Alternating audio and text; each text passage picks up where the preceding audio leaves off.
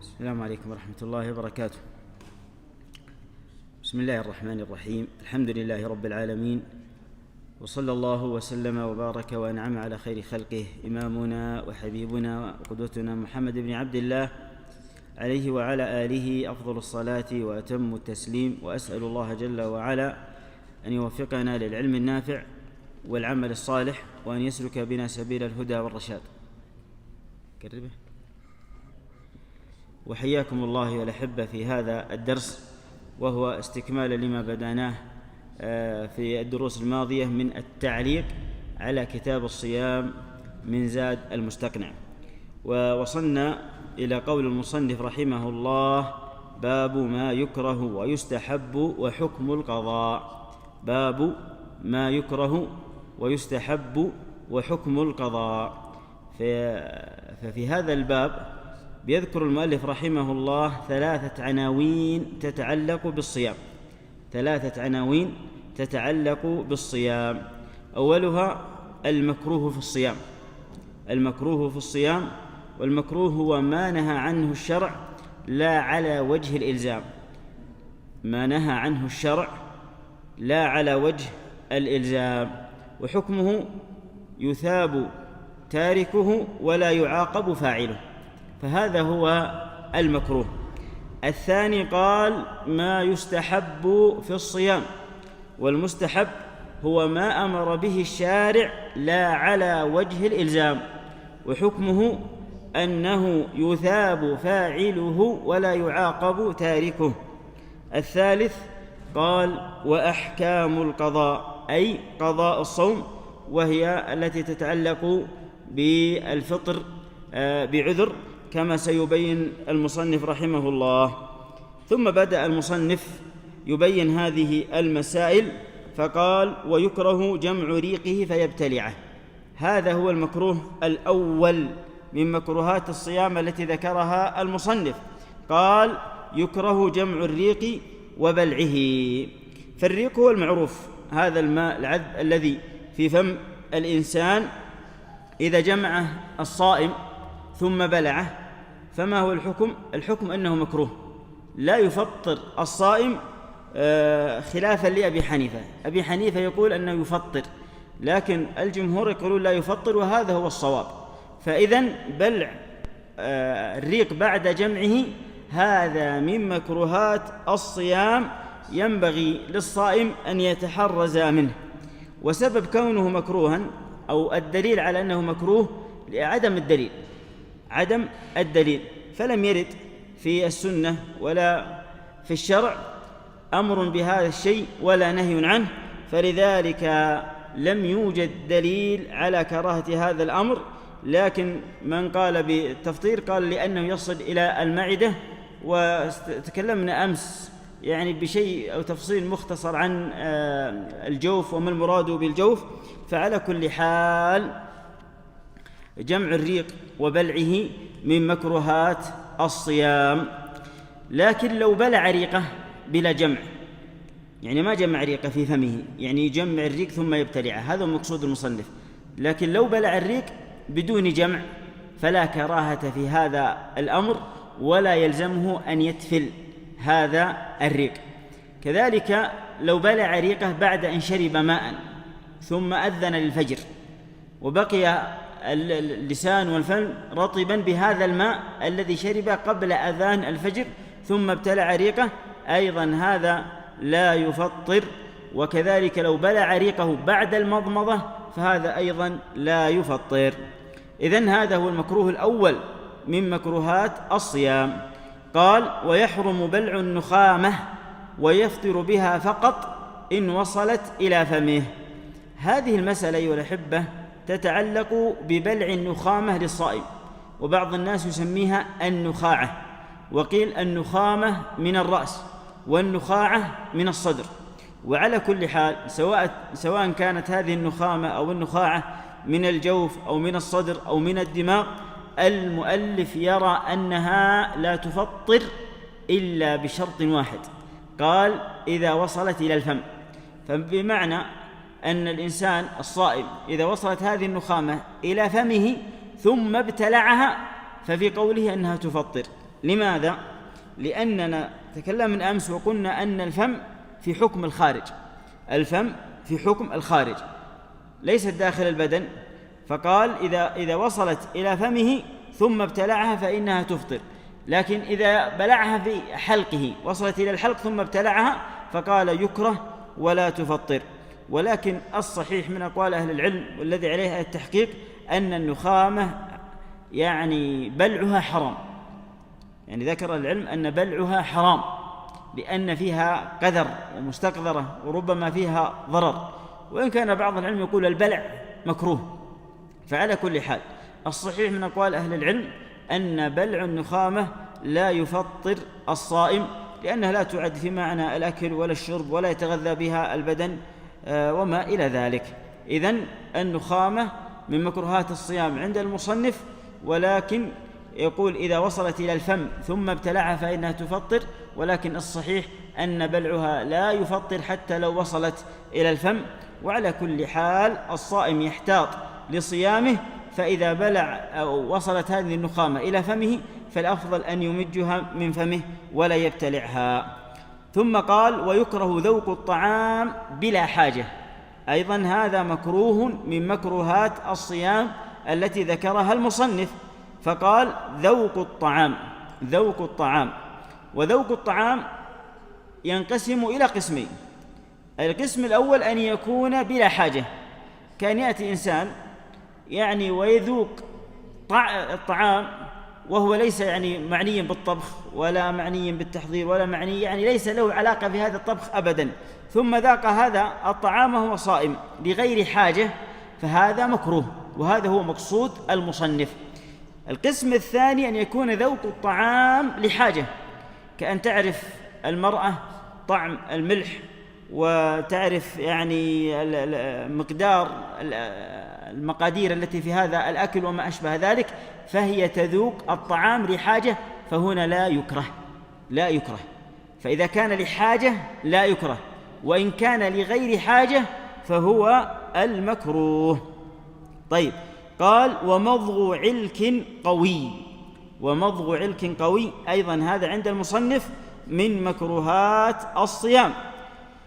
والعلك القوي الذي يريده المصنف رحمه الله هو العلك القوي الذي لا يتفتت، لأن كان زمان في الزمن القديم كان عندهم نوع من أنواع العلك هذا يستخدمونه لترطيب الفم، لأن أحيانا مع الصيام الجو الحار يكون يبوسه في الفم وفي اللسان، فيستخدمون هذا العلك لترطيب الفم. لكن العلك اللي معهم زمان اللبان هذا في عهدهم كان قوي ولا يتفتت، يعني كأنك تأكل ورقة أو تأكل شيء قاسي صلب، فهو فقط مجرد ترطيب للفم، أما أنه يتفتت ويصل إلى المعدة فلا. هذا هو مراد المصنف بقوله ومضغ علك قوي، وضابطه الذي لا يتحلل منه أجزاء فتصل إلى المعدة. أما اللبان أو العلك الموجود الآن معنا فإذا أكله الصائم فإنه يفطر به، لأنه يتحلل وفيه سكريات وفيه مواد ثانية وتصل إلى الجوف وتصل إلى المعدة فيفطر به الصائم. أما إذا كان العلك قوي ولا يتحلل ولا يصل منه أجزاء إلى المعدة فإنه يكره للصائم حينئذ. طيب، قال وإن وجد طعمهما في حلقه أفطر. ما مراد المصنف بقوله طعمهما؟ على ماذا يعود الضمير؟ يعود على الطعام وعلى مضغ العلك القوي. يعني المصنف يقول لو واحد ذاق الطعام لحاجة والآخر أكل علك قوي، لكن وجد طعم هذا الطعام ووجد طعم هذا العلك في حلقه، لاحظ أنه قال في حلقه ما نزل إلى المعدة، لا زال في الحلق، قال المصنف أفطر، يعني يجب عليه القضاء. هذا هو مقصود المصنف بهذه العبارة. ولكن الراجح أن مناط الحكم هو وصول الشيء إلى المعدة، فلو وجد طعم في الحلق سواء للعلك أو لهذا الطعام فإن شاء الله أنه لا يفطر. ولكن على كل حال يحتاط الصائم ولا يحاول أن يبتلع شيء من هذا الأمر، وينظف لسانه ويمج ما في فمه حتى لا يصل إلى حلقه، وبالتالي قد ينزل إلى المعدة وهو لا يشعر، لكن إن نزل إلى المعدة فإذا كان في الحلق ما يفطر، أما إذا نزل إلى المعدة فيفطر. قال: ويحرم العلك المتحلل إن بلع ريقه. هذا ذكرناه قبل قليل، يعني الفرق بين العلك القوي والعلك المتحلل. العلك المتحلل إذا بلع ريقه ووجد طعمه في حلقه ثم نزل إلى المعدة فإنه يفطر. طيب، قال المصنف رحمه الله: وتكره القبلة لمن تحرك شهوته. يعني إنسان لا يملك شهوته ولا يملك نفسه إذا قبل امرأته، ففي هذه الحال قال تكره. لاحظ أنه قال تكره. وهذا يقودنا إلى أن نعرف أن القبلة من حيث الفعل تنقسم إلى 3 أقسام، للصائم ولغير الصائم. فالقسم الأول ألا يصحبها شهوة، مثل تقبيل الأولاد، فهذا لا يؤثر في حكم صيام الصائم شيء. النوع الثاني أن تحرك الشهوة ولكن يأمن من إفساد صومه بالإنزال، فهذه تكره. إذا كانت تحرك الشهوة لكنه يأمل لنفسه أن ما بيحصل منه إنزال، فما حكم هذه القبلة؟ هذه التي تكره، هذه هي التي تكره. أما إن كان يخشى من إفساد صومه بهذه القبلة من إنزال فهذه محرمة، ولا يجوز للصائم أن يقبل في هذه الحال. فهذه أنواع القبلة من حيث تعلقها بأحكام الصيام. لا تفطر إذا كانت للأولاد أو ما أشبه ذلك، لا تحرك الشهوة. إذا كانت تحرك الشهوة ولا يحصل فيها إنزال فهي مكروهة. أما إذا كانت تحرك الشهوة ويحصل معها إنزال فهي محرمة، لأنها تفضي وتؤدي إلى فساد الصوم. طيب، ثم قال المصنف رحمه الله: ويجب اجتناب كذب. لما ذكر المحرمات وذكر المكروهات ذكر الواجبات التي تجب على الصائم، فقال: الواجب الأول اجتناب الكذب. والكذب كما تعلمون هو الإتيان بما يخالف الواقع، وهو محرم على الصائم وعلى غير الصائم في رمضان وفي غير رمضان، لكنه في رمضان وفي حق الصائم يكون أشد تحريما وأعظم إثما. والدليل ما جاء في الحديث القدسي: من لم يدع قول الزور والعمل به فليس لله حاجة في أن يدع طعامه وشرابه. أو قول النبي صلى الله عليه وسلم: من لم يدع قول الزور والعمل به فليس لله حاجة في أن يدع طعامه وشرابه. وهذا يقودنا أيها الأحبة إلى أن الصائم يجب أن يحفظ جوارحه، يحفظ لسانه، يحفظ عينه، يحفظ سمعه، يحفظ ما أتاه الله عز وجل من هذه الجوارح، فلا يفسد بها صومه ولا ينقص بها أجر الصيام. وللأسف الشديد يعني نلاحظ من كثير من الصائمين يعني عدم التورع عن الكذب وعن الفحش وعن قول الزور وعن الكلام البذيء في نهار رمضان وفي ليل رمضان. فالواجب على الصائم أن يبتعد عن هذه الخصلة وعن هذا الخلق الذميم في رمضان وفي غير رمضان. فالنبي عليه الصلاة والسلام قال: رب صائم ليس له من صيامه إلا الجوع، ورب قائم ليس له من قيامه إلا السهر. وقال: ورب صائم حظه من صيامه الجوع والعطش. فلماذا يعرض الصائم صيامه وقد أمسك عن المباحات بالكذب وقول الزور والكلام الذي لا يليق؟ فإذن الواجب على الصائم أن يجتنب الكذب. قال: وغيبة، هذا هو الواجب الثاني. والغيبة هي ذكرك أخاك بما يكره، سواء بلسان أو بقول أو بكتابة أو بإشارة أو بهمز أو بلمز أو بأي نوع من أنواع الغيبة. فإذا اغتبت صائما فقد ارتكبت محرما في نهار رمضان وربما أنقص عليك الأجر. فأيضا ينتبه الصائم من الغيبة بجميع صورها وأشكالها في رمضان وفي غير رمضان. قال رحمه الله: وشتم، أي هذا هو الواجب الثالث. والمراد بالشتم الكلام القبيح ورمي أعراض الناس بالمعائب وثلبهم وتعييرهم واستنقاصهم، وكل ما من شأنه أن يشتم أخاه المسلم. لذلك نهى النبي صلى الله عليه وسلم عن هذا الفعل في رمضان، فقال: وإذا كان يوم صوم أحدكم فلا يرفث ولا يسخط، فإن سابه أحد أو قاتله فليقل إني امرؤ صائم، إني امرؤ صائم. فلا تعرض صيامك للنقص بسبب ردك على شتم أو كلام بذيء أو قبيح أو ما أشبه ذلك.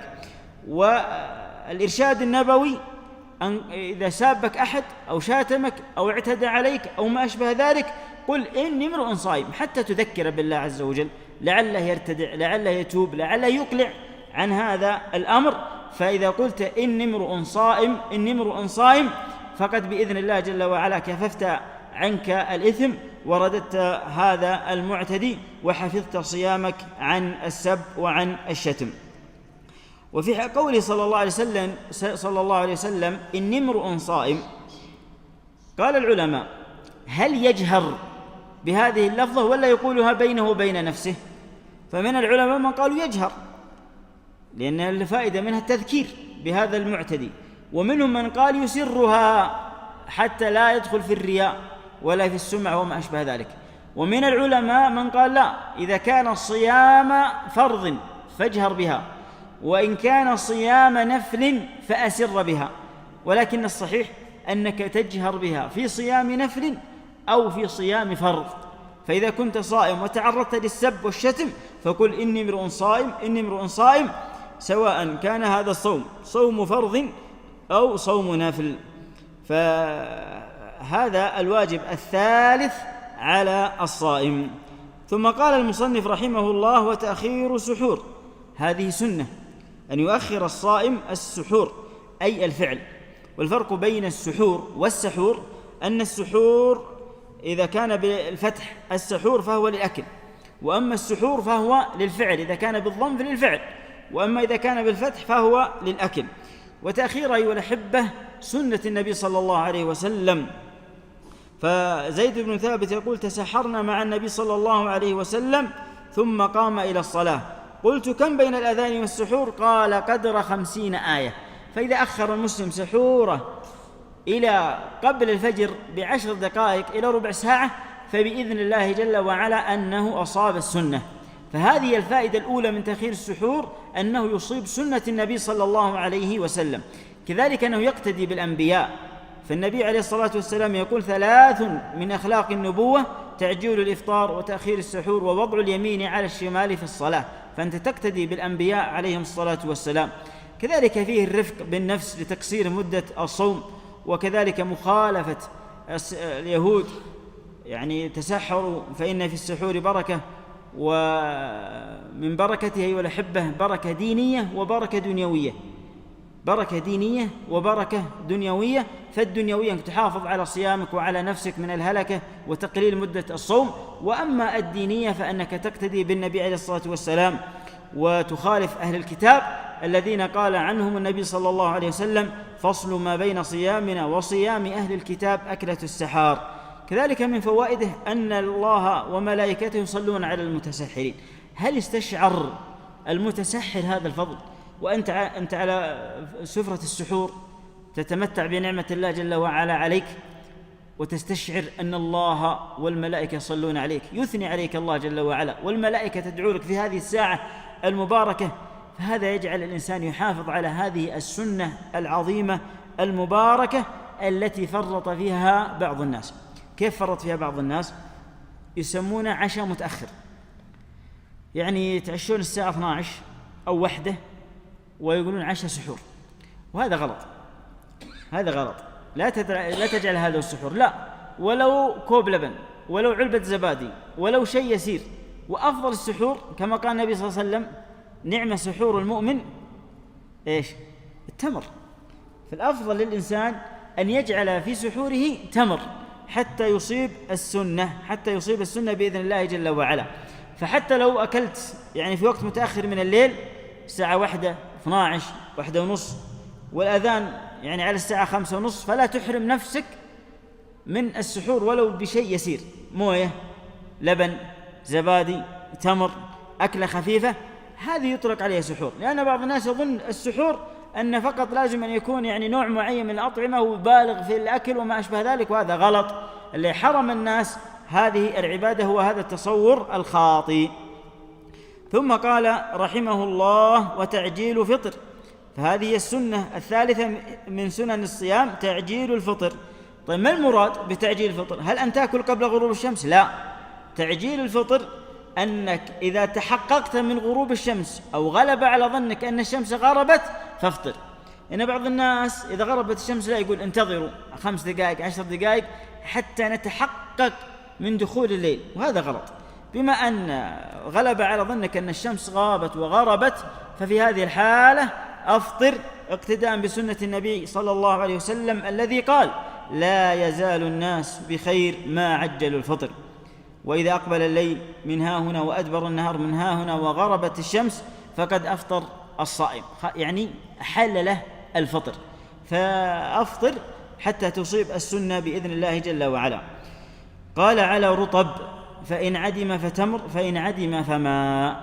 هذا الترتيب حقيقة من الطب النبوي، لأن الأبحاث الطبية وما ذكره بعض الأطباء وجدوا أن أفضل ما يصل إلى المعدة هو أن ينزل لها شيء حالي، وأعظم أنواع الحالة هو التمر، وأعظم التمر الرطب. والمراد بالرطب هو التمر الذي لم ييبس، لا يزال لين، هذا هو الرطب.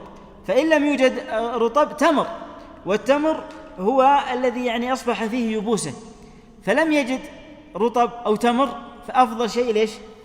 الماء بعد التمر والرطب. ما وجد تمر رطب ولا تمر ولا ماء، فبعض الناس يسوي؟ بعضهم بالنية، يفطر بالنية صحيح، لكن بعضهم يسوي؟ قالوا يجمع ريقة ثم يبتلع، وهذا غلط، ليس من السنة أبدا. فخلاص مجرد نيتك، لأن النبي صلى الله عليه وسلم قال: فقد أفطر الصائم، يعني أفطر بنيته أو وجب أو دخل وقت فطره. إذن هذه سنة. وبعض الناس يبدأ بأنواع غير التمر، يعني بعض المعجنات وبعض الحلويات وبعض العصيرات يجعلها هي في بداية فطوره، أو القهوة. لا، ينبغي أن يكون الرطب أو التمر أو الماء، هذه سنة المصطفى صلى الله عليه وسلم. قال: وقول ما ورد أن يدعو عند فطره، وهذا مظنة إجابة الدعاء، لأن من الدعاء الذي لا يرد أن يدعو الصائم عند فطره، يعني قبيل الإفطار أو مع الإفطار ادعو الله عز وجل بما تحب، بما يفتح الله جل وعلا به عليك. لا تحرم نفسك هذه اللحظة الروحانية، لأن النفس منكسرة ومقبلة على الله عز وجل، ووقت تنزل رحمات ووقت تنزل نفحات المولى جل وعلا. فادعو لنفسك، ادعو لأهلك، ادعو لبلدك، ادعو لولاة أمرك، ادعو للمسلمين أجمعين، ادعو بما تحب، فهو مظنة إجابة الدعاء بإذن الله جل وعلا، كما قال عليه الصلاة والسلام: 3 دعوات مستجابات، وذكر منها دعوة الصائم ودعوة المظلوم ودعوة المسافر. ومما ورد، المصنف يقول قول ما ورد، ومما ورد قول النبي صلى الله عليه وسلم: ذهب الظمأ وابتلت العروق وثبت الأجر إن شاء الله. وهذا حديث في سنن أبي داود وحسنه الألباني رحمه الله الجميع. طيب، بعضهم يقول: اللهم لك صمت وعلى رزقك أفطرت. ما رأيكم في هذا الدعاء وهذا الذكر؟ هل هو مشروع ولا غير مشروع؟ اللهم لك صمت وعلى رزقك أفطرت، منتشر هذا الحديث، منتشر، ولكن الصحيح أن هذا الحديث ضعيف، هذا الحديث ضعيف، فلا يقوله. إن كان يقوله من باب الدعاء لا حرج، أما من باب الثبوت عن النبي صلى الله عليه وسلم أو أنه مشروع لا. طيب، ثم قال رحمه الله: ويستحب القضاء متتابعا. يستحب القضاء متتابعا. الاستحباب يعود على التتابع، القضاء واجب، القضاء واجب، لكن المستحب إيش؟ التتابع. إيش معنى هذه العبارة؟ لو إنسان أفطر من رمضان 5 أيام، لو إنسان أفطر من رمضان 5 أيام ثم أراد القضاء، فهنا يقول يستحب أن يقضي هذه 5 أيام متتابعة. طيب، لو ما قضاهم متتابعة، الأسبوع هذا أخذ يوم، الأسبوع الجاي أخذ يوم، بعد 3 شهور أخذ يوم، المهم أن قضى هذه 5 أيام قبل دخول الشهر القادم، هل نؤثمه؟ أبدا، فعدة من أيام أخر. لكن قال المصنف يستحب القضاء متتابعا. هل فيها دليل نص؟ لا. من أين أتى المؤلف بالاستحباب؟ قالوا لأن التتابع أقرب لمشابهة الأداء، فكما أننا نصوم رمضان متتابعا فيكون الأداء أيضا أو القضاء متتابعا. قالوا أسرع في إبراء الذمة، قد يخترمك الموت وأنت لا زلت ما قضيت الأيام التي عليك في رمضان. ثم قالوا من المبادرة لفعل الطاعة، والله عز وجل أمرنا بالمسارعة والمبادرة إلى الطاعات، فهذا معنى قوله يستحب الصيام القضاء متتابعا لهذه الحكم وهذه الاعتبارات. دليل الاستحباب ما في دليل عن النبي صلى الله عليه وسلم، إنما هو استحسان من المؤلف، وهذا هو الأفضل، لأن الأصل في العبادات المسارعة والمسابقة. ثم قال ولا يجوز إلى رمضان آخر من غير عذر. ما مراد المصنف بهذه العبارة؟ أي القضاء والتتابع، يعني ما يجوز أن الإنسان يؤخر ما عليه من قضاء إلى رمضان القادم بغير عذر. يعني بعض الناس الآن باقي 15 يوم، نسأل الله يبلغنا إياكم هذا الشهر الكريم، وبعض الناس عليه مثلا 10 أيام، وإلى الآن ما قد نوى أنه يبادر ولا يقضي ولا شيء. طيب أسبوع ولا زالت 10 أيام هذه عليه، ففي هذه الحالة انقلب الواجب الموسع إلى واجب مضيق، فنقول في هذه الحال يجب عليك وجوبا أن تبادر بالقضاء حتى يكون متتابعا. يعني المتتابع قبل قليل إيش؟ مستحب، صح ولا لا؟ لأن باقي عنده فسحة، لكن الآن عليك 10 أيام ولم يبقى من رمضان إلا مثلا 10 أيام أو 11 يوم، فالتتابع هنا يصير واجب ولا مستحب؟ يصير واجب، في هذه الحالة يصير واجب، فلا يجوز إلى رمضان من غير عذر. فالإنسان لا يؤخر القضاء إلى رمضان، فإن أخر القضاء إلى رمضان ثم ضاق عليه فيجب عليه التتابع في أداء القضاء، في أداء ما عليه من رمضان الماضي. طيب،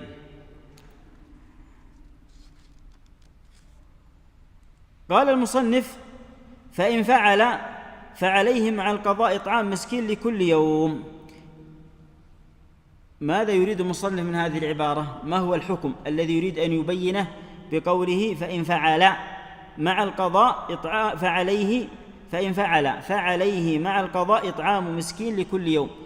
يعني إن أخر القضاء إلى رمضان بغير عذر ففي هذه الحالة يلزمه إيش؟ أمران. الأمر الأول القضاء وهو واجب، الأمر الثاني مع القضاء الإطعام. فهذا المفرط في القضاء حتى دخل عليه رمضان القادم فإنه على كلام المصنف يلزمه قضاء ويلزمه إطعام. ومن العلماء من قال أنه لا يلزمه ليش؟ الإطعام، إنما يجب عليه القضاء فقط، وأما الإطعام فلم يوجبوه عليه. ولكن إن أطعم فهو الأحوط، لأنه ورد آثار عن الصحابة رضي الله عنهم في هذا الأمر. فنقول لمن أخر القضاء بغير عذر عليك القضاء وعليك الإطعام من باب الاحتياط لورود الآثار عن جمع من الصحابة رضي الله عنهم وأرضاهم. طيب، إن أخره لعذر، إن أخر القضاء لعذر حتى دخل عليه رمضان القادم، ماذا يلزمه؟ القضاء فقط، ما يلزمه إطعام. طيب، ثم قال وإن مات ولو بعد رمضان آخر، يعني من مات وعليه قضاء بعد أن أخره، يعني واحد عليه من رمضان عام 43 وأخره إلى رمضان 44 ودخل رمضان 44 ثم مات بعد رمضان 44، باقي عليه قضاء أيام من عام كم؟ 43 ومات. طيب، هل نخرج عنه إطعام ولا إطعامين؟ إطعام الصيام اللي بدل القضاء وإطعام التأخير. إيش رأيكم؟ أنتم فهمتوا المسألة، تصورتوها؟ يعني هذا أخر، يعني لو قلنا عليه أخر القضاء حتى دخل رمضان ما عنده عذر ثم مات بعد رمضان، فهنا يلزمه قضاء ويلزمه إطعام. طيب، القضاء مات انقطع عمله، هل يبقى الإطعام بدل الصيام وإطعام التأخير، يعني يصير يطعم مرتين ولا مرة واحدة؟ إيش رأيكم؟ مرة واحدة، يطعم مرة واحدة ولا يلزمه إطعامان. هذا مراد المصنف بقوله وإن مات ولو بعد رمضان آخر فلا يلزمه إلا إطعام واحد اللي هو للقضاء، أما التأخير فيعفى عنه. طيب، قال وإن مات وعليه صوم. هذه المسألة تتعلق باللي عليه قضاء من رمضان ثم مات ولم يقضي هذا الصيام. إيش الأحكام المتعلقة بهذا؟ نقول إن مات في مرضه، يعني مرض في 20 رمضان ثم استمر مع المرض حتى 10 شوال ومات في هذا المرض، فهل عليه قضاء أو ما عليه قضاء؟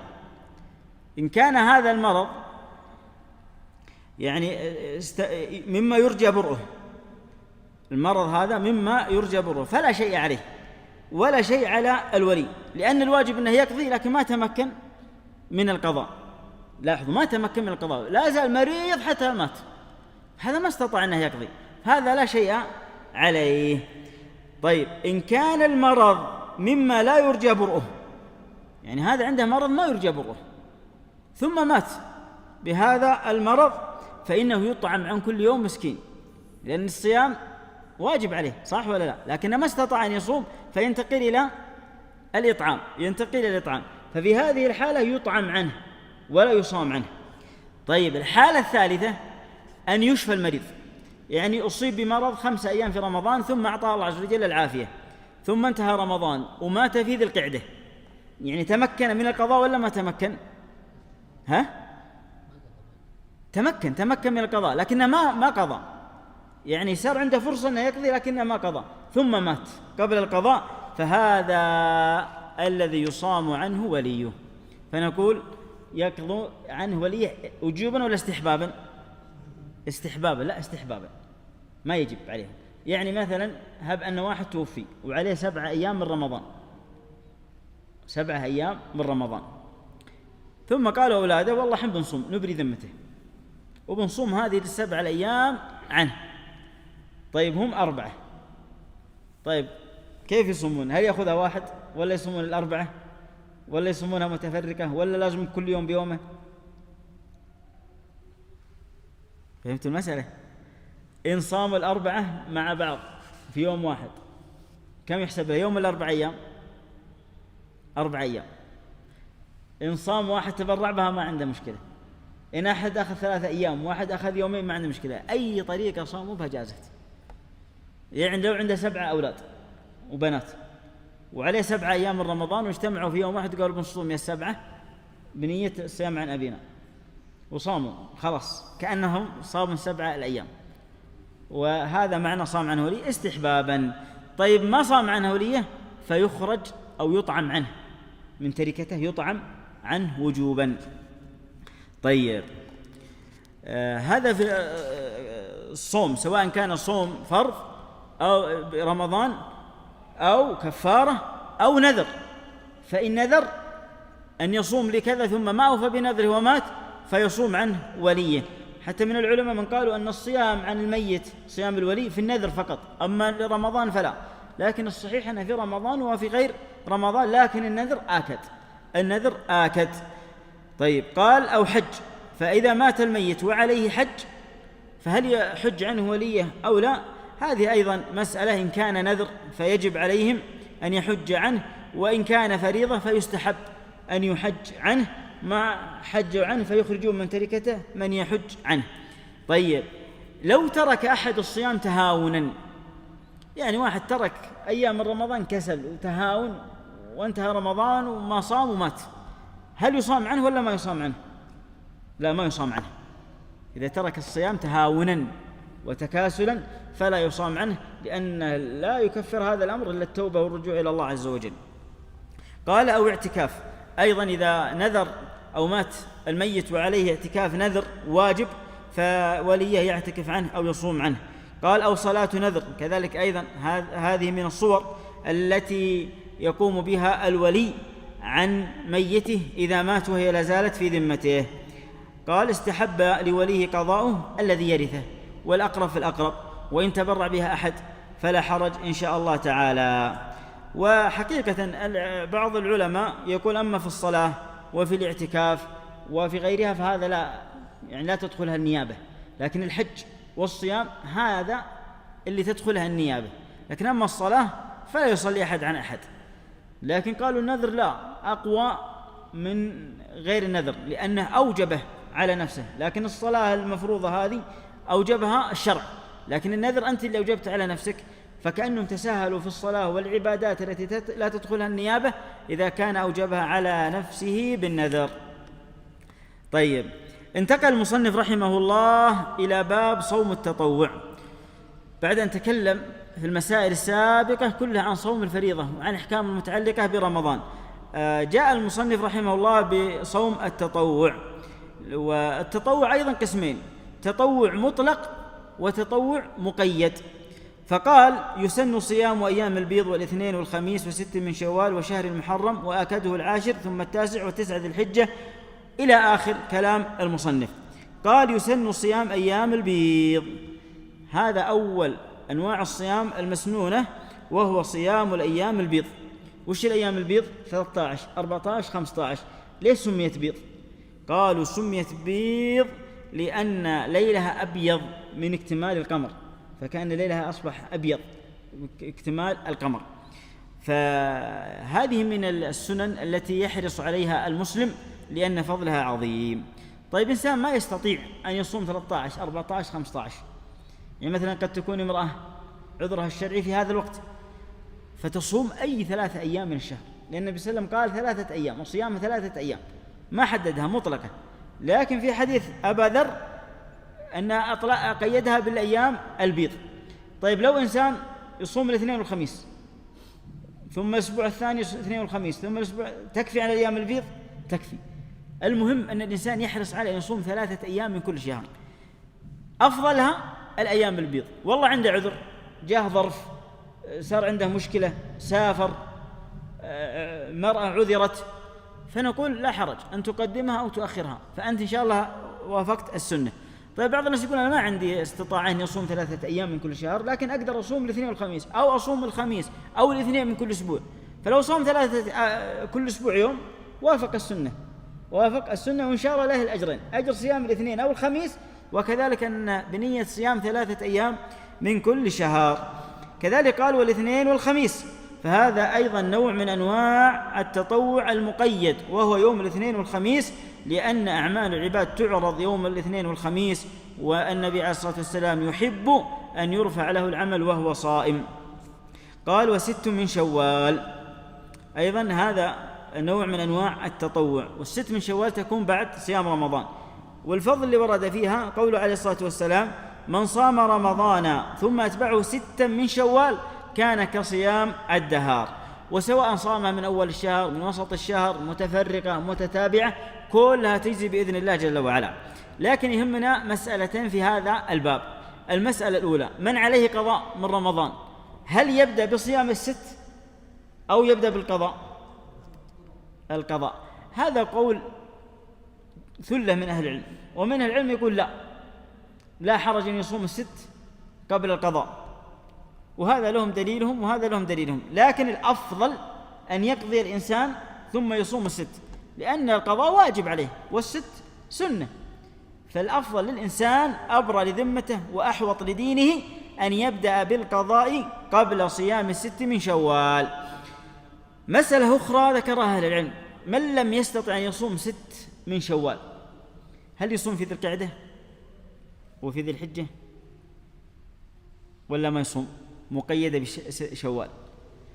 أيضا من أهل العلم من قال إن النبي صلى الله عليه وسلم قال: من صام رمضان ثم أتبعه 6 من شوال، أن مراد 6 من شوال ليس مراد لشوال ذاته، هو يتبع صيام الفريضة ب6 أيام حتى يصوم كأنه صيام الدهر، سواء صام في شوال في ذي القعدة أو ما أشبه ذلك، فقالوا يجزي أن تصومها في ذي القعدة. من أهل العلم من قال أنها تقضى، فلو مثلا امرأة صامت رمضان ثم نفست في بداية شوال ما تقدر تصوم 6 من شوال، قالوا تقضيها في ذي القعدة إذا طهرت. ومن العلماء من قال لو المرأة مثلا صامت 3 أيام في ذي الحج في شوال ثم انتهى شوال فإن لا حرج أن تكمل 3 الأيام في ذي القعدة. لكن الأفضل للمسلم أن يتبع نص النبي صلى الله عليه وسلم، 6 من شوال خلها في شوال. لكن لو عذر الإنسان أو ما تمكن أو ما أشبه ذلك فإن قضاها في ذي القعدة نرجو ألا حرج عليه بإذن الله جل وعلا، لأن فضل الله جل وعلا واسع، فضل الله واسع. لكن يحرص الإنسان قدر الإمكان على أن يتبع السنة في كل شؤونه كلها. قال: وشهر المحرم وآكده 10 ثم 9. شهر محرم الذي قال عنه صلى الله عليه وسلم: أفضل الصيام بعد رمضان شهر الله المحرم. فلو صام الإنسان أغلب شهر محرم لا حرج، لكن لو ما يستطيع فآكده 10 ثم 9، يعني 9 مع 10. ولذلك أفضل الصيام أن يصوم 9 و10، لأن اللي عليه الدليل النبي صلى الله عليه وسلم: لئن بقيت إلى قابل أصومن 9، فصوم 9 و10. طيب إذا أفردت 10 فقط ما صمت 9 وأفردت 10 عليك إثم؟ ما عليك إثم، ونرجو أنك تنال فضل صيام عاشوراء. ابن القيم رحمه الله قال: أفضل مراتب الصيام أن تصوم يوم قبله و10 ويوم 11. لكن لو تمنى ما في دليل يوم قبله أو بعده، حتى ما في دليل على يوم بعده، لكن من باب الحكمة والمخالفة أنك إذا صمت 10 فصوم 11 إذا ما استطعت أن تصوم 9، من باب المخالفة. لكن النص من النبي صلى الله عليه وسلم: لأصومن 9. لكن لماذا قال عليه الصلاة والسلام؟ حتى يخالف اليهود، فقالوا من صام 11 أيضا خالف اليهود، والأمر في هذا أيضا واسع والحمد لله. قال: و9 ذي الحجة. وصيام 9 ذي الحجة أيضا من السنن المؤكدة، لأنها من جملة العمل الصالح الذي ترفع فيه الأعمال إلى الله عز وجل في هذه الأيام ويحبها الله. ما من أيام العمل الصالح فيها أحب إلى الله من هذه الأيام. وأفضل العبادات هو الصيام، أفضل العبادات هو الصيام.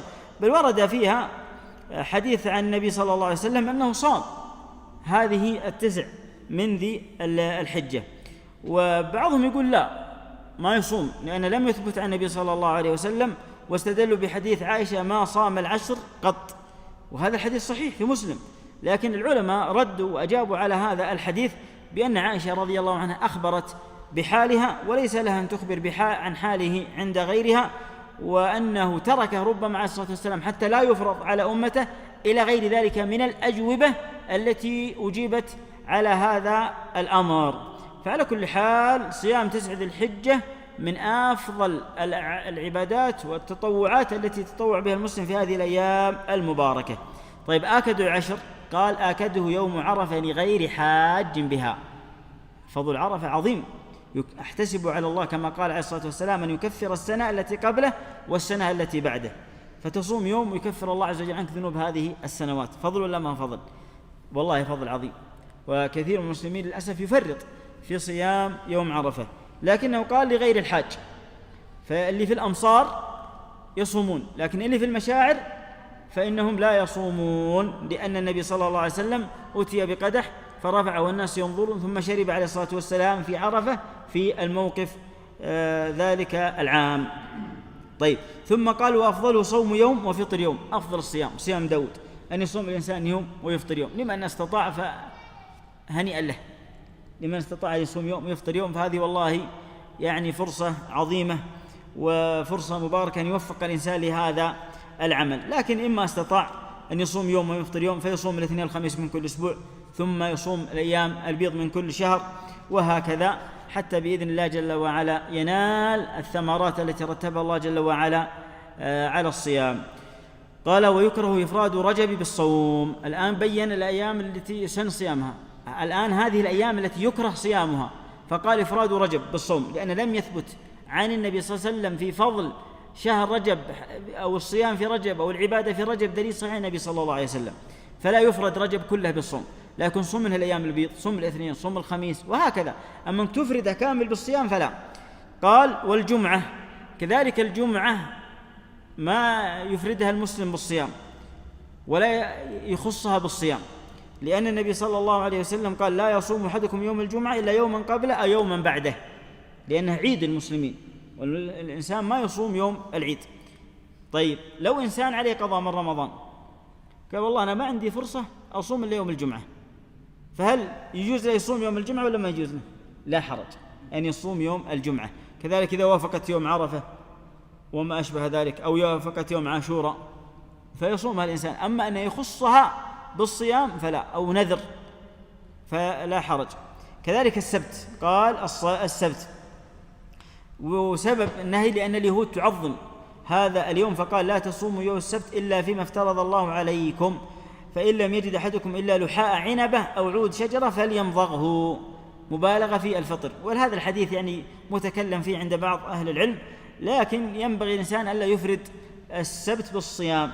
لكن أيضا إن وافق يوم عرفة أو وافق يوم عاشوراء أو ما أشبه ذلك فلا حرج. والشك، قال صيام يوم الشك اللي مر معنا أمس، وصوم الشك هو يوم 30 من شعبان إذا كان في السماء ما يمنع رؤية الهلال. أما إذا كان صحو فلا شك حينئذ. والصحيح أنه حرام وليس مكروه. من صام يوم الشك فقد عصى أبا القاسم. ولا تقدم رمضان بصوم يوم ولا يوما إلا رجل كان يصوم صوما فليصوم.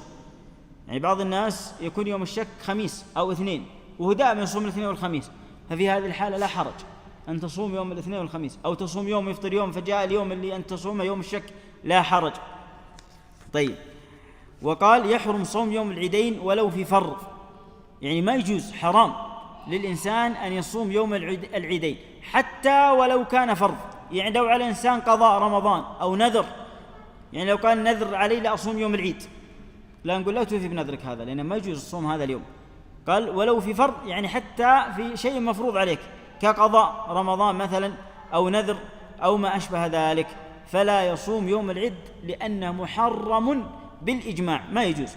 قال وصيام أيام التشريق إلا عن دم متعة أو قران. كذلك أيام التشريق ما يجوز إنسان يصومها، وهي 13 ولا كم؟ 11 و12 13 11 و12 13. ما يجوز للإنسان أن يصومها إلا في حالة واحدة، الحاج في مكة إذا ما وجد دم التمتع والقران، لأن المتمتع والقارن عليه هدي. طيب ما وجد، فصيام 3 أيام في الحج و7 إذا رجعتم. لو صامها في مكة في أيام التشريق لا حرج. أما غير الحاج اللي عليه دم المتعة والقران فلا يجوز له أن يصوم. طيب يوم 13 من أيام التشريق هل يصوم ولا ما يصوم؟ إيش رأيكم؟ يوم 13 من أيام التشريق صح؟ ومن أيام البيض، هل يصومها بنية الأيام البيض؟ لا، ما يصوم، ما يجوز له أن يصوم. طيب قال ومن دخل في فرض موسع حرم قطعه. من دخل في فرض موسع حرم قطعه، يعني إنسان عليه قضاء، يعني صام اليوم قال والله اليوم أنا صائم قضاء يوم رمضان، لما جاء الظهر قال والله تذكرت أني معزوم في مناسبة وبفطر، يجوز له يفطر ولا ما يجوز له يفطر؟ ما يجوز له يفطر، ما يجوز له يفطر. طيب ولا يلزم في النفل، هذا قول المصنف، قال لا يلزم في النفل. لو أنت اليوم صائم اليوم 15 وصائم اليوم البيض، ثم جاءك ظرف واضطريت أنك تفطر، هل يجوز لك ويباح لك تفطر؟ نعم، لا حرج إن شاء الله تعالى.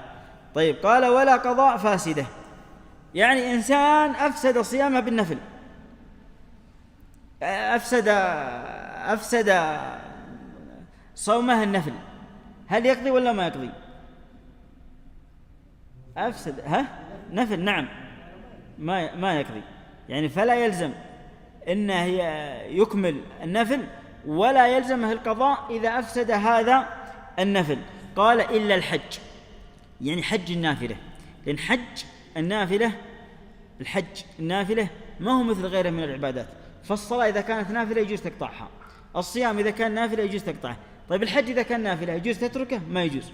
فالحج له أحكام موضحة في باب الحج، أنه لا يعني يقطعه الإنسان حتى ولو كان نافلة، لأن الله قال وأتموا الحج والعمرة لله.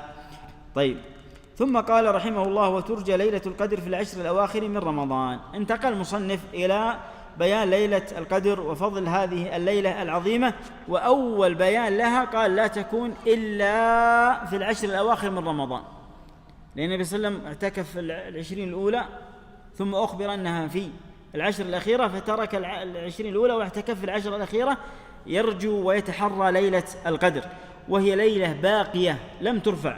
بعض الناس يقول لها رفعت، بموت النبي صلى الله عليه وسلم أو ما أشبه ذلك، لا، باقي إلى قيام الساعة. ولأن الله عز وجل قال شهر رمضان الذي أنزل فيه القرآن، وقال إنا أنزلناه في ليلة مباركة وتحروا ليلة القدر في الوتر من العشر الأواخر من رمضان. فهذا بالنسبة لوقتها. أما متى تكون؟ قال في الأوتار، وتتنقل في أوتار رمضان. فربما الشهر السنة الماضية كانت يوم 21، السنة هذه ممكن تكون يوم 23، ممكن تكون يوم 24، لأن قال تلمسوها في 9 تبقى، 8 تبقى، وهكذا. فربما تكون في الأوتار وربما تكون في الأشفاع، لكنها في الأوتار آكد، وفضلها عظيم أيها الأحبة.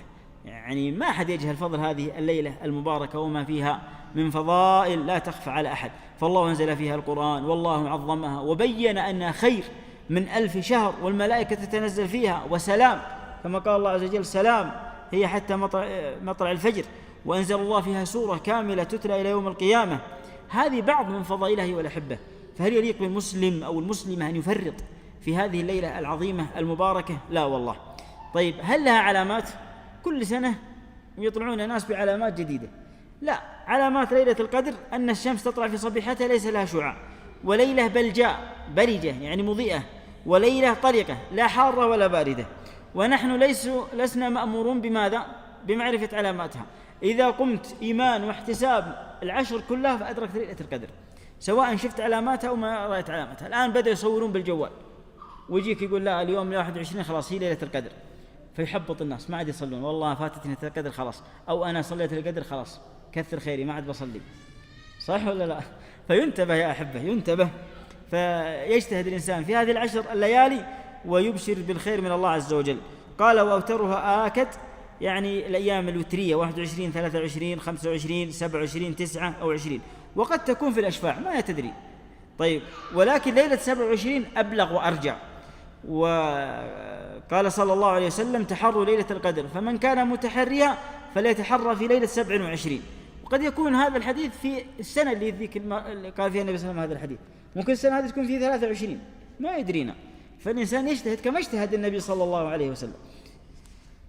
طيب قال ويدعو فيها بما ورد، يجتهد الإنسان في الدعاء في هذه الليلة العظيمة ويحييها بالقرآن وبالقيام وبالذكر، ولكن ما ورد اللهم إنك عفو تحب العفو فاعف عني، اللهم إنك عفو كريم تحب العفو فاعف عني، كما أخبر أو أمر النبي عائشة رضي الله عنها بذلك حينما قالت يا رسول الله رأيت إن وافقت ليلة القدر فما أقول فيها؟ قال قولي اللهم إنك عفو كريم تحب العفو فاعف عني.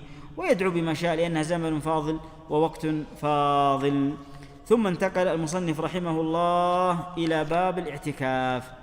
والمصنف الحق هذا الكتاب لأنه غالبا لا يكون الاعتكاف إلا فين؟ في رمضان، فناسب أن يكون مع أحكام الصيام. طيب الاعتكاف هو لزوم المسجد بنية التقرب إلى الله جل وعلا، تلزم المسجد بنية التقرب إلى الله جل وعلا. واتفق العلماء على مشروعية الاعتكاف مع الصيام. وكذلك هل لو اعتكف الإنسان بدون صيام يقبل منه؟ مشروع ولا ما مشروع؟ إذا لو جلست يوم في المسجد بس ما أنت صايم، ما في رمضان، في شعبان، هل يعتبر اعتكاف شرعي؟ نعم، الصحيح أن لا يشترط الصيام للاعتكاف. طيب وفيه فوائد: المكث في بيت الله جل وعلا، حبس النفس على العبادة وعلى الطاعة، قطع العلائق عن الخلائق، وهكذا. على كل حال الإنسان يجتهد أن يعتكف في رمضان خصوصا في العشر الأخيرة قدر استطاعته. ما استطاع العشر الأيام الوترية ما استطاع فبقدر يعني ما تستطيع. لو الليل تصلي المغرب ثم تبقى في المسجد إلى يؤذن الفجر، هذا اعتكاف بإذن الله جل وعلا. فالإنسان يربي نفسه على هذه العبادة العظيمة. طيب قال هو لزوم مسجد لطاعة الله، هذا تعريف الاعتكاف شرعا. طيب قال بنية، لابد بنية، لأن الإنسان إذا جلس في المسجد بس ما في نية اعتكاف، نيته بقى يشوف الزخارف ولا يقرأ ولا مثلا يسولف مع أحد ولا ينتظر أحد، هذا ليس اعتكاف شرعي لأن فقد النية. طيب قال في مسجد، فلو اعتكف الإنسان في بيته، في مكتبه، في دكانه، في سوقه، ما يعتبر اعتكاف شرعي، لا بد أن يكون في مسجد. قال مسنون، يعني حكم أن سنة وليس واجب، فلو ترك الإنسان اعتكاف ما يؤثم ولا يثرب ولا يحرج عليه بإذن الله تعالى، لأن الله عز وجل قال ولا تباشروهن وأنتم عاكفون في المساجد. والنبي صلى الله عليه وسلم كان يعتكف العشر الأواخر من رمضان حتى توفاه الله ولم يأمر به، لم يأمر به عليه الصلاة والسلام. ويصح بلا صوم يقول المؤلف، ومراده يعني يبين أن لا حرج للمسلم أن يعتكف ولو لم يكن صائما، وكأنه يرد على من قال أن الاعتكاف لا بد له من صوم، ولكن الصحيح أنه يصح بلا صوم. طيب، قال ويلزمان بالنذر. إيش اللي يلزمان بالنذر؟ يلزمان الصلاة والاعتكاف. نعم، إذا نذرها الإنسان فيصبح عليه واجب، ما نقول لا مسنون، ينتقل من السنية إلى الوجوب بليش؟ بالنذر. ولا يصح إلا في مسجد يجمع فيه، يعني نحن اتفقنا أنه مسجد، لكن اشترط هنا شرط، قال يجمع فيه. إيش معنى يجمع؟ قالوا يا جمعة أو تقام فيه الجماعة، والصحيح أن تقام فيه الجماعة، جمعة وجماعة، لكن لو ما عندك إلا مسجد الحي ما تقام فيه الجمعة، فيه الجماعة، هل يصح ولا ما يصح؟ يصح، لكن إيش الأفضل؟ أن تكون في جامع. ما عندك جامع فلا حرج، في مسجد يجمع فيه أي تقام فيه الجماعة. المهم أنك ما تروح مسجد مهجور تصلي فيه أنت لحالك ولا في جماعة، لا، مسجد تقام فيه الجماعة. طيب، قال إلا المرأة ففي كل مسجد إلا مسجد بيتها. ليش استثنى؟ حنا اتفقنا أن يكون مسجد تقام فيه الجماعة. طيب، لو كان في مسجد ما تقام فيه الجماعة واعتكفت فيه امرأة، يصح منها ولا ما يصح؟ يصح، لأنها ليست مطالبة بصلاة الجماعة. فالاعتكاف يكون في مسجد يجمع فيه إلا المرأة في أي مسجد، ففي كل مسجد حتى لو ما كان في جمعة وجماعة. قال إلا مسجد بيتها، يعني لو عند المرأة مصلى في بيتها تصلي فيه دائما صلاتها كلها، وقالت أنا بعتكف في مصلى البيت، يصح منها ولا ما يصح؟ لا، ما يصح، لا يصح، لأنه ليس مسجد، بيت، تعتكف في غرفتها، في الصالة، في المجلس، في المقلط، وإن كانت تصلي في زاوية المجلس أو في زاوية الغرفة مصلى لها، لكنها لا يطلق عليه مسجد، لا يطلق عليه مسجد، فالمرأة لا تحتكف في بيتها. طيب، ومن نذر أو صلى في مسجد غير الثلاثة المراد بها المسجد الحرام والنبوي والمسجد الأقصى، ففي أي مسجد، يعني إذا ينذر الإنسان الاعتكاف في مسجد غير المساجد الثلاثة، أو ينذر الصلاة في مسجد غير الثلاثة، نذر الصلاة أو الاعتكاف، ففي كلا الأمرين لا يلزم الوفاء بالنذر، بل يجوز أن يعتكف في أي مسجد من المساجد. لكن إيش أفضلها؟ المسجد الحرام ثم النبوي ثم الأقصى، لأن النبي صلى الله عليه وسلم فاوت بين أجور الصلوات في هذه المساجد الثلاثة. لكن لا يعين الأفضل. لو قال أنا ما أعتكف في المسجد الحرام ونذر أن يعتكف ويصلي في المسجد الحرام، هل نقول روح المسجد النبوي؟ لا. لو نذر في المسجد النبوي هل نقول روح المسجد الأقصى؟ لا. لكن لو نذر في الأقصى نقول روح النبوي، لو نذر في النبوي نقول يجزي في إيش؟ في المسجد الحرام، وهكذا. طيب، قال ومن نذر زمنا معينا دخل معتكف قبل ليلته الأولى. لو نذر لأن أصبح واجب عليه أنا أعتكف بكرة، يعني بكرة إيش؟ الخميس الأربعاء، لو قال نذر عليه أن أعتكف في يوم 16 شعبان، طيب متى يدخل النذر معتكفه؟ بعد مغرب اليوم. ولذلك الإنسان إذا أراد أن يعتكف العشر الأواخر متى يدخل المعتكف؟ ليلة 20 ليلة 20، يعني يصبح 21 ليلة، يصبح 21. طيب، وخرج بعد آخرة، يعني يخرج بكرة متى؟ بعد غروب الشمس. طيب، ولا يخرج المعتكف إلا لما لا بد منه.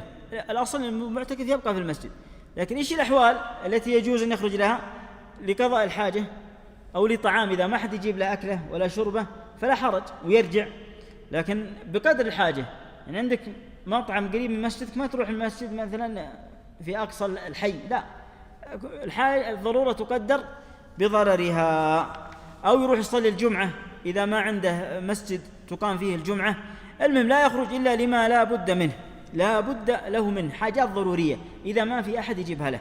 طيب، لو واحد من الجيران مرض وقالوا يا فلان وأنت في الاعتكاف هل نروح نزوره، يبطل اعتكافك ولا يبطل إذا رحت تزور مريض؟ يبطل. يبطل الاعتكاف. فلا تتبع جنازة ولا تعود مريض، لأنها من مبطلات الاعتكاف. لذلك قال ولا يعود مريضا ولا يشهد جنازة. لكن قد يكون المريض هذا أب أو أم أو أخ، ففي هذه الحالة من باب صلة الرحم والوجوب تروح، لأن زيارته قد تكون آكد من ليش وأوجب من الاعتكاف. فالإنسان يكون عنده فقه في العبادات، متى يقدم هذه العبادة ومتى يؤخرها. قال إلا أن يشترطه. إلا أن يشترطه. كيف يشترطه؟ يعني قال أنا بعتكف ولكن أشترط أن إذا مرض فلان أزوره، أو مات فلان أزوره، أو أذهب إلى متى شئت، أو أدخل متى شئت. هل الاشتراط سنة ولا لا في الاعتكاف؟ المصنف يقول إلا أن يشترطه، فكان يرى الاشتراط.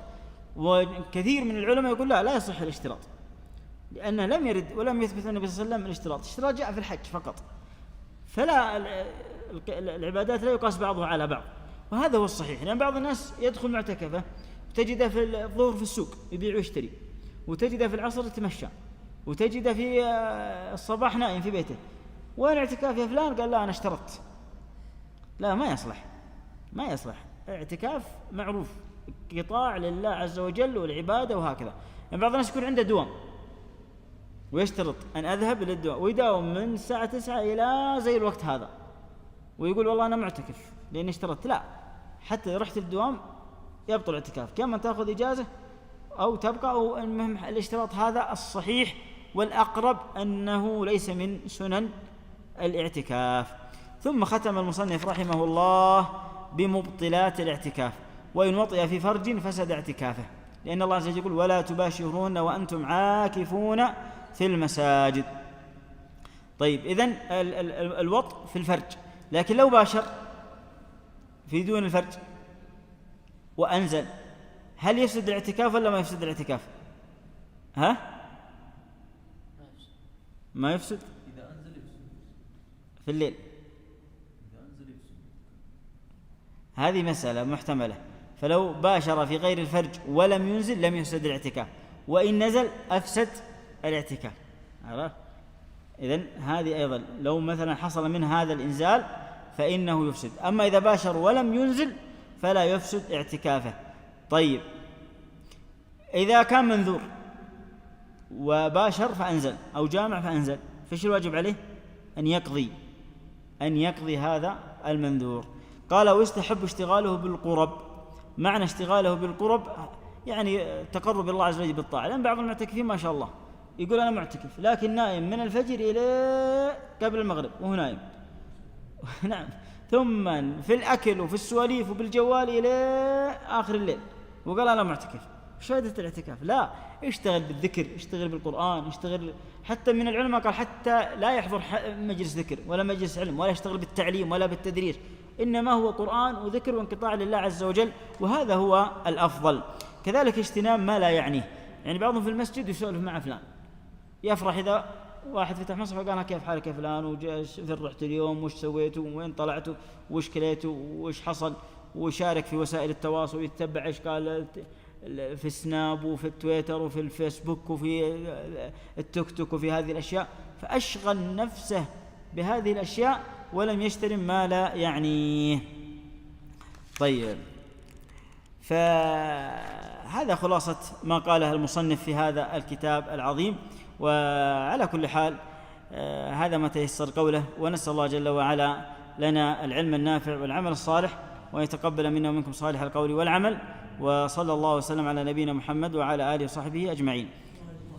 طبعا من باب الفائدة تتمة، يعني نتكلم عن مفطرات معاصرة ذكر أهل العلم أنها يعني من باب مفطرات المعاصرة، منها بخاخ الربو.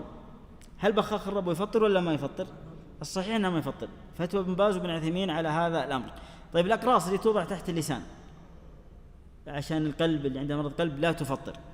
عمليات الأسنان، أي عملية يجريها الإنسان في أسنانه، إما خلع، إما قلع، إما تركيب، إما حشو، كل هذه لا تفطر. معجون الأسنان مكروه، لو استخدم الصائم يتحرز أن لا يصل إلى جوفه شيء. منظار المعدة لا يفطر إلا إذا فيه أشياء دهنية تسهل دخول المنظار. كذلك قطرة الأنف، هل تفطر ولا ما تفطر؟ قالوا إذا وجد طعمه في حلقه يفطر، إذا لم يجد طعمه في حلقه فلا تفطر، والأولى والأحوط الإنسان أن يتركها، لكن إذا اضطر يسدد ويقارب، لا تصل إلى حلقه. قطرة الأذن والعين لا تفطر. بخاخ الأنف هذا لا يفطر. كذلك الحقن العلاجية اللي هي الإبر، إذا كانت في العضل والوريد ما تفطر، إذا كانت مغذية فإنها إيش؟ تفطر. طيب أي دهان أو مرهم أو لصقة علاجية هذه لا تفطر. قصدرة الشرايين، لو سوى الإنسان قصدرة فإنها لا تفطر لأنها ليست أكل ولا شرب. كذلك التحاميل التي تؤخذ عن طريق فرج المرأة أو الدبر، هذه أيضا تكلم عنها أمس أنها من الحقن وأنها لا تفطر. طيب الغسيل الكلوي، نسأل الله يعافينا وإياكم، يفطر. إذا غسل الصائم في نهار رمضان فإن هذا الغسيل يفطر. المنظار الشرجي لا يفطر. طيب التبرع بالدم يفطر ولا ما يفطر؟ لا، التبرع ما هو التحليل. التبرع هذا قاسوه على الحجامة، فمن قال أن الحجامة تفطر فالتبرع يفطر، ومن قال أنها لا تفطر فالتبرع لا تفطر، وأمس قررنا أنها تفطر، فذلك التبرع بالدم يفطر. لكن تحليل الدم، التحليل ما يفطر الصائم لأنه يسير، بروازين ما تفطر إن شاء الله تعالى. طيب إبرة السكر، يعني الصائم اللي عنده سكر يضرب الإبرة قبل الفطور، قبل الأكل، تفطر ولا ما تفطر؟ ما تفطر. طيب المضمضة والغرغرة الدوائية لا تفطر، لكنها مكروهة للصائم، يحاول الصائم أن يبتعد عنها أثناء الصيام. منظار الرحم لا يفطر حتى لو كان فيه دهون أو كريمات أو ما أشبه ذلك، لأن الإحليل وفرج المرأة الرحم ليس منفذ للجوف. طيب هذا ما تيسر قوله، ونسأل الله جل وعلا العلم النافع والعمل الصالح، وصلى الله وسلم على نبينا محمد وعلى آله وصحبه أجمعين. الله يتقبل منا.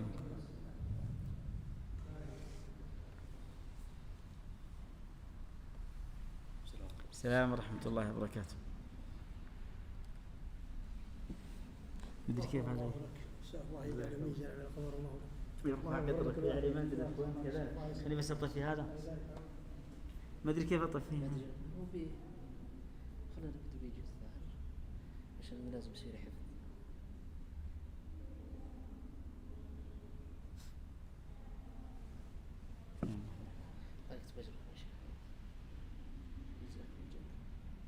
وإياكم الله يسلمك، جزاكم الله خير. الله يحفظك. والله والله كسر لكن والله عندي عندي درس الخميس إن شاء الله تعالى. الله يرفع قدرك إن شاء الله نتكلم. الله يسلمك، ودنا نطفيه ما أدري كيف أسوي. أنت